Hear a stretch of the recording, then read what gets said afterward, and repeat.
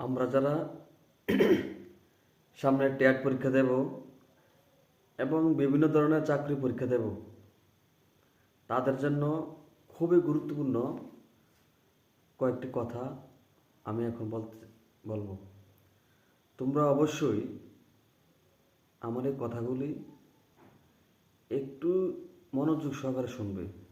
আশা করি তোমাদের ট্যাট প্রস্তুতিতে বা পরীক্ষার প্রিপারেশন নেওয়ার জন্য যে কিছু নিয়মকানুন আছে সেগুলো যদি ফলো করো বা ভালো করে শুনো, সেগুলো তোমাদের পরীক্ষায় বা তোমাদের প্রিপারেশনের সময় কাজে লাগতে পারে।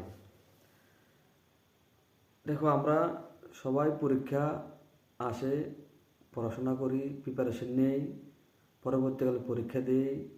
অনেকে দেখা গেল সমপরিমাণ পড়াশোনা করে, অনেকে ভালো রেজাল্ট করছে, অনেকে আবার একটু ভালো রেজাল্ট করতে পারছে না। এটার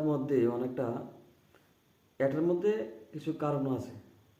অনেকে অনেক বেশি পড়ে কিন্তু ভালো রেজাল্ট করতে পারছে না, অনেকে একটু কম পড়ে কিন্তু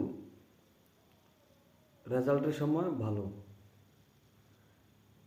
মূলত আমরা যখন অনেকে প্রচুর পড়ে, অনেক পড়ে, যেখানে যেই বই দেখে সেখানে সেই বই পড়ে, কিন্তু সে বুঝে পড়াশোনা করছে না।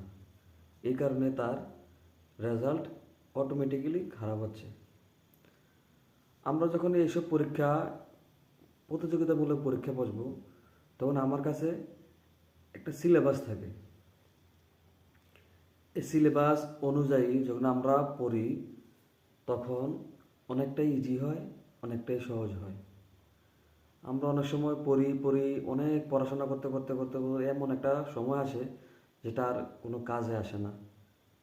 সিলেবাস নিয়ে আমরা পড়াশোনা করি না, পরবর্তীকালে পরীক্ষার হলে গিয়ে দেখি এত পড়াশোনা করলাম কিন্তু আমার পরীক্ষায় কোনো কোশ্চেন আসেনি। মূলত কী কারণ? আমি সিলেবাসকে লক্ষ্য করিনি যখন আমি প্রিপারেশন নিয়েছিলাম।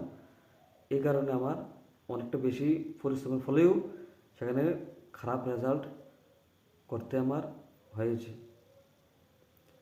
বিশেষ করে আমরা যখন টেট পরীক্ষা দিই, একটা জিনিস আমি বারবার লক্ষ্য করছি। অনেকেই বলে আমি এত বললাম, এই কোশ্চেনটা আসেনি, এখান থেকে আসেনি, বিভিন্ন টপিকের থেকে আসেনি। আমি দেখলাম যে ও পড়ছে ঠিকই, কিন্তু যে বিষয়টা পড়লো ওই বিষয়টা টেটের সিলেবাসের মধ্যে নেই। কীভাবে আসবে? আসার তো কোনো প্রশ্নই ওঠে না। যেমন আমরা যদি ইতিহাসের দিকে দেখি, তখন আছে একটা জায়গায় মেনশন করা আছে গান্ধীজির সম্পর্কে। সেখান থেকে প্রত্যেক বছর টেটে কোনো না কোনো কোশ্চেন আসে, তা আসবেই তো, কারণ গান্ধীজি তো সিলেবাসের মধ্যে মেনশন করা আছে। নেতাজি সুভাষচন্দ্র বোস, তার সম্পর্কে টেটে প্রত্যেক বছর কোশ্চেন আসে, তা আসবে না? কেন আসবে না? এটা তো সিলেবাসের মধ্যে আছে। কিন্তু আমরা একটা ভুল করে থাকি সবাই। যে ভুলটা হলো, আমরা এইসব বিষয় পড়তে গিয়ে অন্যান্য বিষয়গুলোকে আমরা পড়ি। যেমন জওহরলাল নেহরু, স্বাধীনতা সংগ্রামের সময় অনেক মনীষী আছে সেখানে। আমরা এগুলো পড়লে ভালো, কিন্তু এগুলা টেটের প্রিপারেশনের সময় আমরা যদি পড়ি, তাহলে সেটা আমার কোনো কাজেই লাগবে না। কারণ জওহরলাল নেহরু তো সিলেবাসে নেই, ওর এই দিক থেকে তো কোনো কোশ্চেন আসবে না, তাহলে আমরা কেন পড়বো? অযথা সময় নষ্ট করবো না।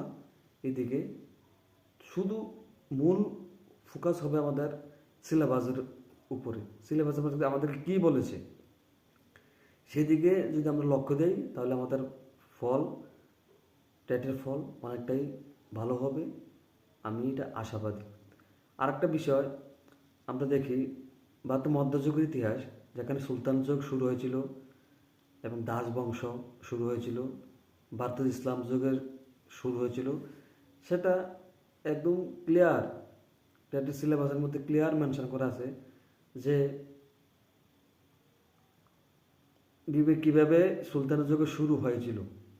তো পৃথ্বীরাজ চৌহান, মোহাম্মদ ঘুরির মধ্যে কীভাবে যুদ্ধ হয়েছিল, কোন কোন যুদ্ধ হয়েছিল, তরাইনের প্রথম যুদ্ধ, তরাইনের দ্বিতীয় যুদ্ধ, কাদের কাদের মধ্যে হয়েছিল, এর পরবর্তীকালে দাস সাম্রাজ্য কীভাবে সৃষ্টি হয়েছিল এবং তার প্রথম সুলতান কে ছিলেন, কুতুবউদ্দিন আইবক, এর পরবর্তীকালে ইলতুৎমিশ, তারা কীভাবে সুলতানি সাম্রাজ্য স্থাপন পরিচালনা করেছিলেন সেই সম্পর্কে বিস্তৃতভাবে সেখানে পরে পরে গেলে আমাদের এখান থেকে টেটে কোশ্চেন আসবেই আসবে, কেন আসবে না।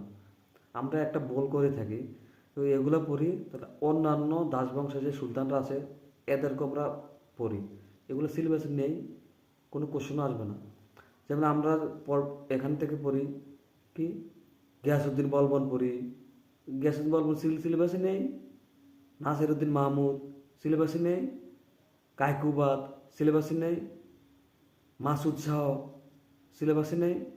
এগুলো আমরা পড়তে পড়তে অনেকটা সময় নষ্ট করি এবং মূল যে বিষয় যেটা সিলেবাসে আছে সেই বিষয় আমরা অনেকটাই কম পড়ি। এই কারণে আমাদের পরীক্ষাগুলি অনেকটাই খারাপ ফল আমাদের দেখতে হয়। আমি আশাবাদী আমরা এভাবে যদি সিলেবাস অনুযায়ী যদি পড়ি তাহলে আমাদের রেজাল্ট অবশ্যই ভালো হবে এবং আমরা পরবর্তীকালে যে পরীক্ষাগুলো দেব এগুলো থেকে আমরা পাশ করে বিভিন্ন চাকুরিতে আমরা অংশগ্রহণ করতে পারবো, এই আশা ও বিশ্বাস রেখে এবং সবাইকে অসংখ্য ধন্যবাদ জানিয়ে আমি আমার যে সংক্ষিপ্ত আলোচনা এখানে শেষ করছি। পরবর্তীকালে বিভিন্ন বিষয় নিয়ে আমি আমার এই চ্যানেলের মাধ্যমে আমি সবাইকে নিয়ে আলোচনা করি, ইতিহাসের বিভিন্ন বিষয় নিয়ে আমি আলোচনা করি এবং আপনারা যদি ভালো লাগে